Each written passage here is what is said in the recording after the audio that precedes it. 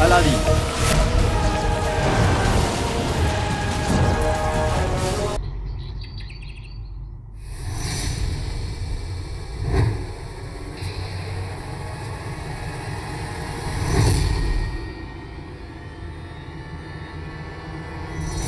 মা,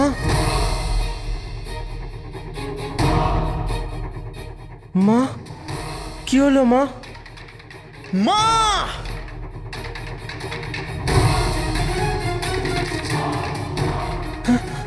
কি হলো? মা! মা! মা!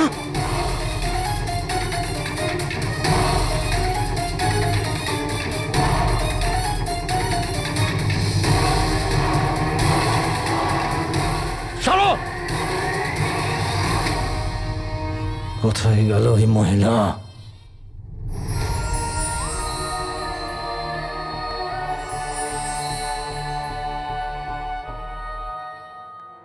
ওই মহিলা বেঁচে বেরিয়ে আমি গেছে। আর পরাজয় স্বীকার করতে পারছি না।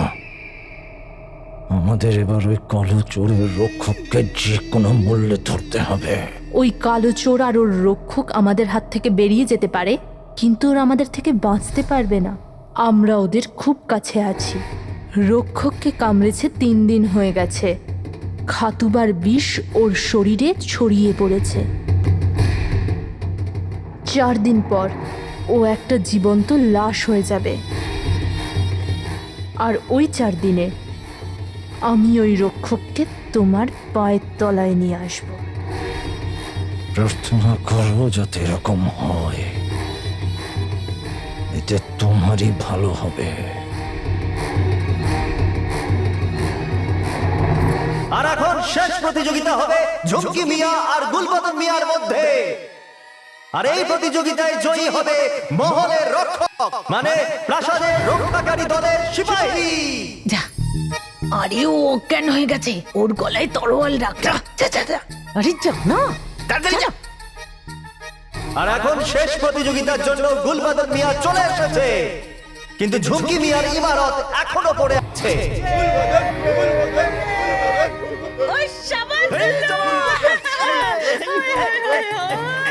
তাহলে জয় গুলবদন মিয়ার নামে।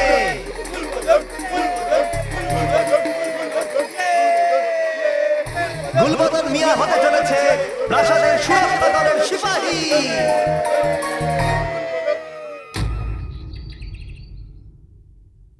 মা, মা চোখ খোলো। মা, মা, মা, মা, মা চোখ খোলো। মা,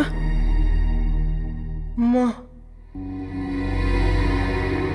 জিনু, হ্যাঁ, মায়ের জন্য জল নিয়ে আয়। মা, দিব্যি করছি মা, আমি তোমাকে এরকম আর বিরক্ত করব না। তুমি যা বলবে তাই করব। রোজ স্নান করব, রোজ সময় মতো উঠবো, রোজ জামা কাপড় ঠিক করে রাখবো। আর আমি জিনুর সাথে কখনো লড়াই করব না মা। তুমি চাইছিলে না আমি চাকরিটা যেন না করি? আমি করব না মা, কোনো চাকরি করব না আমি প্রাসাদে। মা তুমি চোখ খোলো না। মা, মা তুমি চোখ খোলো না। মা, মা ওঠো। আমার জীবনে তোমার থেকে বড় আর কেউ নেই মা, কেউ নেই। আমি তোমাকে ছাড়া বাঁচতে পারবো না মা, আমি কিচ্ছু নই তোমায় ছাড়া। ওঠো মা, মা, মা ওঠো মা। আকা, তুমি চিন্তা করো না, মা ঠিক হয়ে যাবে। এই নাও জল, ওনার মুখে ছিটিয়ে দাও, হতে পারে জ্ঞান ফিরবে। মা, ওঠো মা।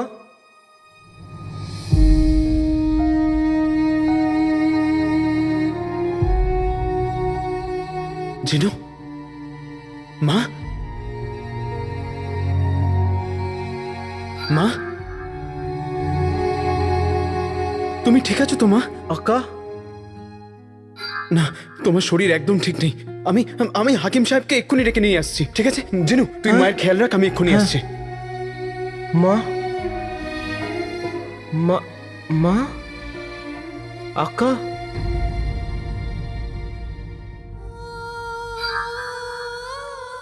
মা, মা, মা, মা তুমি ঠিক আছো? মা তুমি তো আমাদেরকে ভয় পাইয়ে দিয়েছিলে।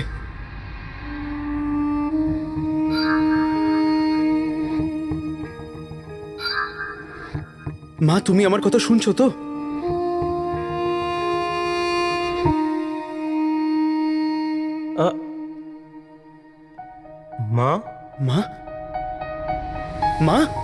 মা তোমার কি লাগবে আমাদের বলো, আমরা নিয়ে আসছি।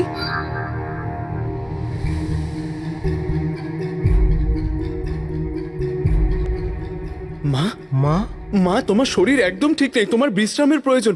মা তুমি বিশ্রাম করো মা।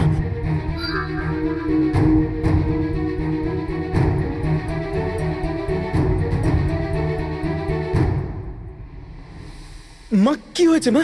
তুমি কিছু বলছো না কেন? তুমি তুমি আমাদের উপর রাগ? মা আমি কোনো ভুল করেছি? আমি তোমাকে কষ্ট দিয়েছি তার জন্য তুমি আমাকে মারো মারো মারো মা। তুমি আমাকে মা কেন বলছো?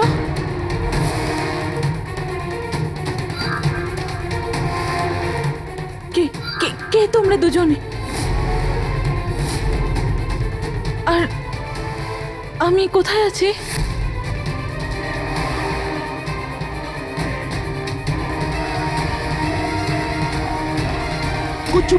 কচু পোড়া ধরা পড়ে গেছি।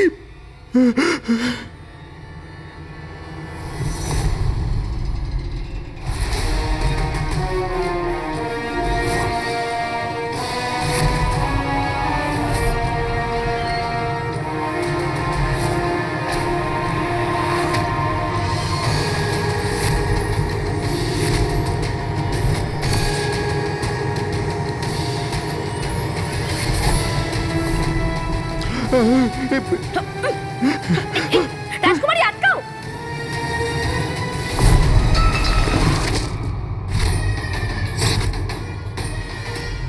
আমি তোমাদের দুজনকে চিনি না। কে তোমরা?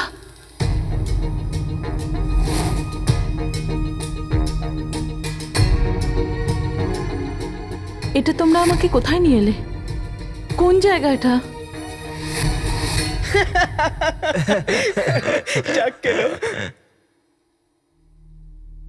জেনু আমি তো ভয় পেয়ে গেছিলাম, কিন্তু এবার বুঝতে পারছি যে কি হচ্ছে। মা মা তুমি সত্যি আমাদের মা।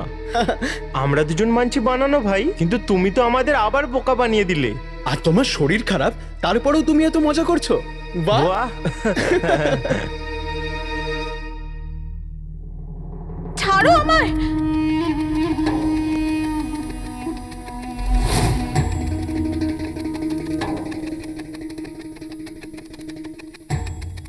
কারা তোমরা দুজন? আর এভাবে জড়িয়ে কেন ধরছো? হ্যাঁ, মা এবার তুমি সত্যি ভয় পাচ্ছ মা? আমি তোমার ছেলে মা। হ্যাঁ মা, আর আমি তোমার ছোট ছেলে। এ এ এ তোমার বড় ছেলে, আর আমি পরে পাতানো ছেলে। পাতানো ছেলে? হ্যাঁ। তোমরা পাগল তো হয়ে যাওনি? তোমরা দুজন আমার ছেলে কি করে হতে পারো? আমার তো বিয়েই হয়নি এখনো।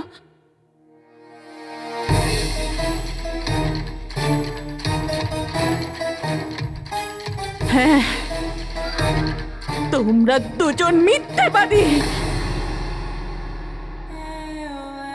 আমার তো এই পৃথিবীতে কেউ নেই, তাহলে ছেলে কি করে আসবে শুনি? এ তুমি কি বলছো মা? আমি শুনেছি যে ছেলে মাকে ভুলে যায়, কিন্তু আজকে আমি দেখছি মা নিজের ছেলেকে ভুলে গেছে। মা তুমি আমার জীবন মা, তুমি আমার জীবন মা। আমারও। দূরে যাও আমার থেকে।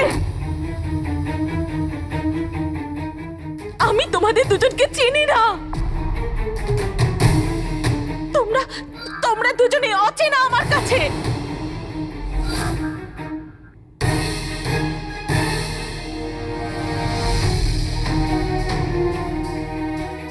মা মা কোথায় যাচ্ছ? তোমার শরীর খারাপ, তুমি কোথায় যাচ্ছ? তুমি বিশ্রাম করো মা। বলো না আমাকে মা। বারবার মা বলে ডাকলে আমি তোমাদের মা হতে পারি না। আর কোন অধিকার আটকাচ্ছ আমাকে? আমাদের কোনো সম্পর্কই নেই।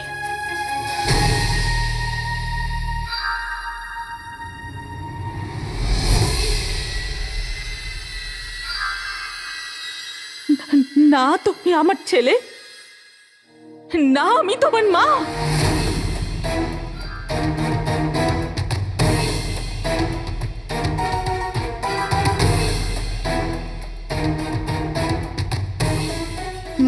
আকা জিনু আমাকে যেতে দে, মায়ের শরীর ঠিক নেই, মা আমাদের চিনতে পারছে না জিনু। আকা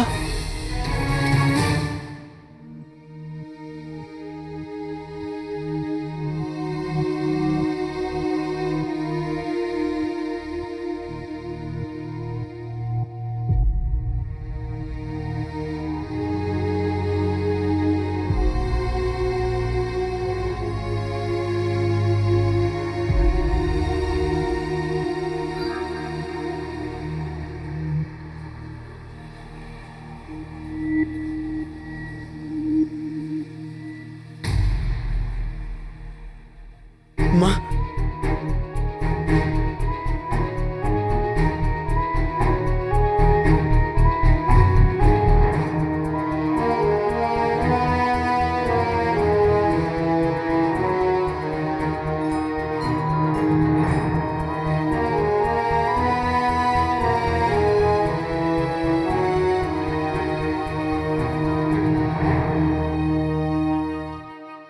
আলাদিন, আমরা প্রতিযোগিতা থেকে ঘরে কখন এলাম?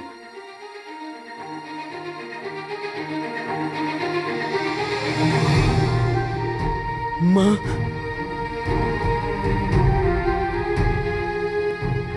তুমি আমাকে চিনতে পেরেছো? কি বলছিস তুই? এটা কোনো মজা তোর? হ্যাঁ, মা তার ছেলেকে চিনতে পারবে না? কি হয়েছে? কাঁদছিস কেন?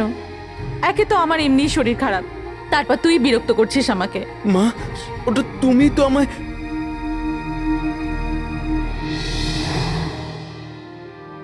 আমাকে ক্ষমা করে দাও মা।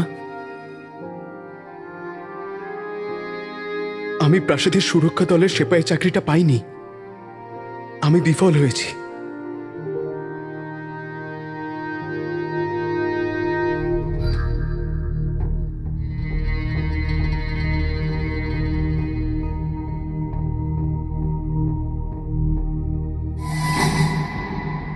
কে কে তুমি? কোন চাকরির কথা বলছো? হ্যাঁ,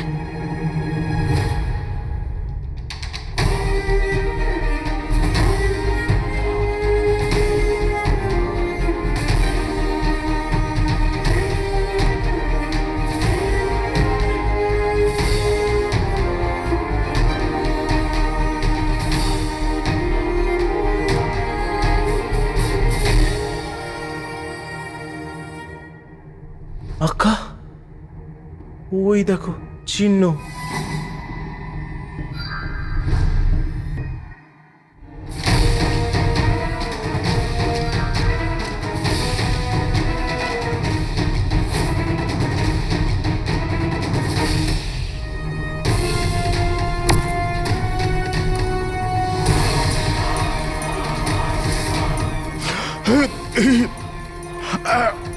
বলো গুফোকে, বলো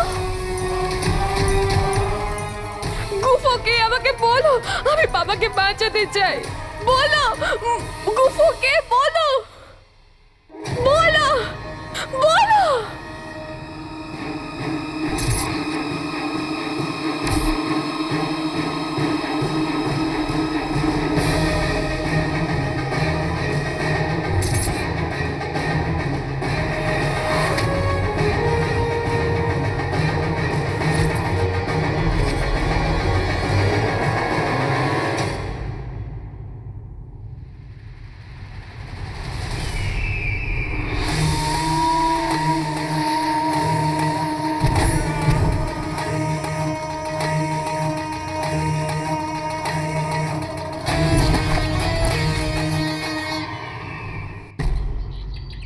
রাজকুমারী,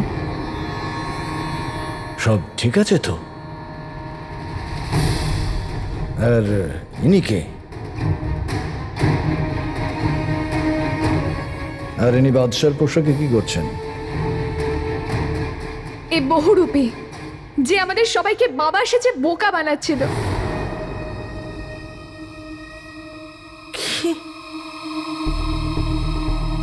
আমাদের মহামান্য বাদশাহ, উনি ঠিক আছেন তো?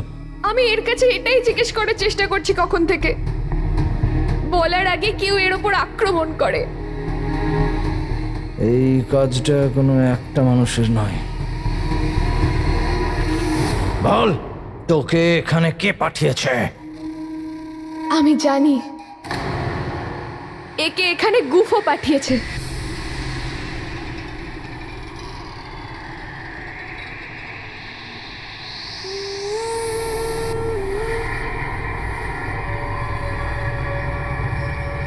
কে গুফো?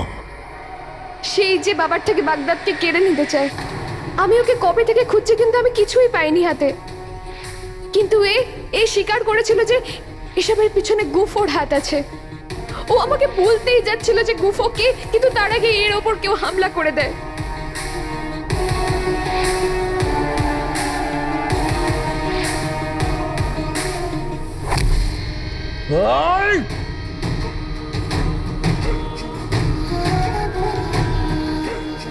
বিশ্বাসঘাতকদের শুধু মৃত্যুই পাওনা হয়।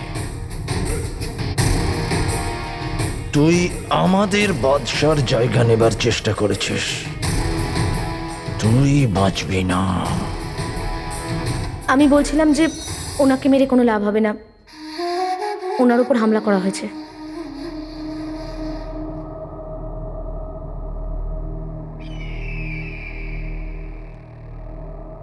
এটার থেকে তো বারদাবা বিষের গন্ধ পাচ্ছি। একবার যদি মানুষের রক্তের সঙ্গে মিশে যায় তাহলে মানুষ সারা জীবনের জন্য বোবা হয়ে যায়।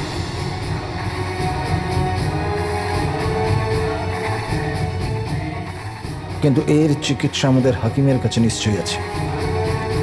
হ্যাঁ হ্যাঁ প্রীতি, তুই এক্ষুনি যা আর হাকিম সাহেবকে এখানে নিয়ে আয়। যা যা প্রীতি। দাঁড়াও প্রীতি। প্রীতির এই সময় একা যাওয়াটা ঠিক নয়, কারণ শত্রু যদি এই মুহূর্তে প্রাসাদের মধ্যে থাকে তাহলে প্রীতি হাকিম সাহেবের কাছে পৌঁছতে পারবে না। আপনার ওর সাথে যাওয়া উচিত। আপনি ঠিক বলেছেন, চল প্রীতি। প্রীতি, যাওয়ার সময় দরজাটা বন্ধ করে দিয়ে যেও।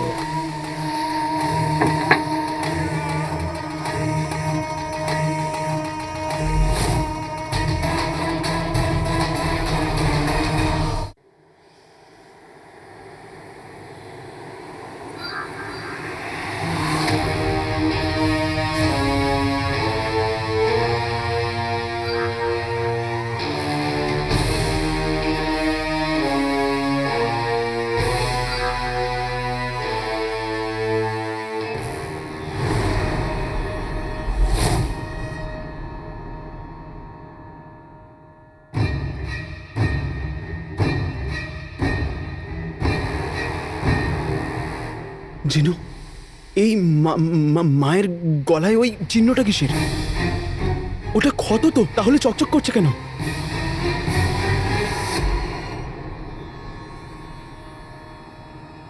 মা মা মা, তুমি ঠিক নেই মা, তোমার বিশ্রামের প্রয়োজন। তুমি এসো। তুমি ছাড়ো আমাকে, কেন বিরক্ত করছো আমাকে?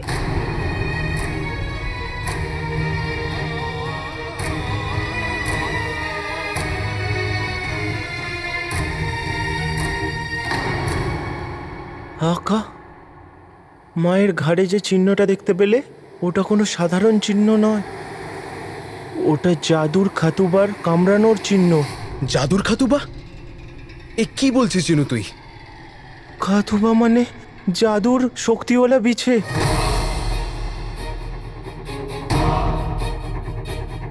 যে জাদুর সাহায্যে মানুষের রূপ নিতে পারে আর বিছে হয়ে আকাশে উঠতে পারে। আমার খুব ভালো করে মনে আছে, মল্লিকা তার বিশেষ শত্রুদের ওপর প্রতিশোধ নেওয়ার জন্যে এটারই ব্যবহার করত। আকা, খাতুবা মানুষকে কামড়ে তার সব বিষ ওখানে ভরে দেয়, আর 7 দিনের মধ্যে সেই বিষ পুরো শরীরে ছড়িয়ে পড়ে। আর ওই 7 দিনে ওই মানুষটা তার সব স্মৃতিশক্তি হারিয়ে ফেলে, তার সব সম্পর্ক সে ভুলে যায়, একটা জীবিত লাশে পরিণত হয়।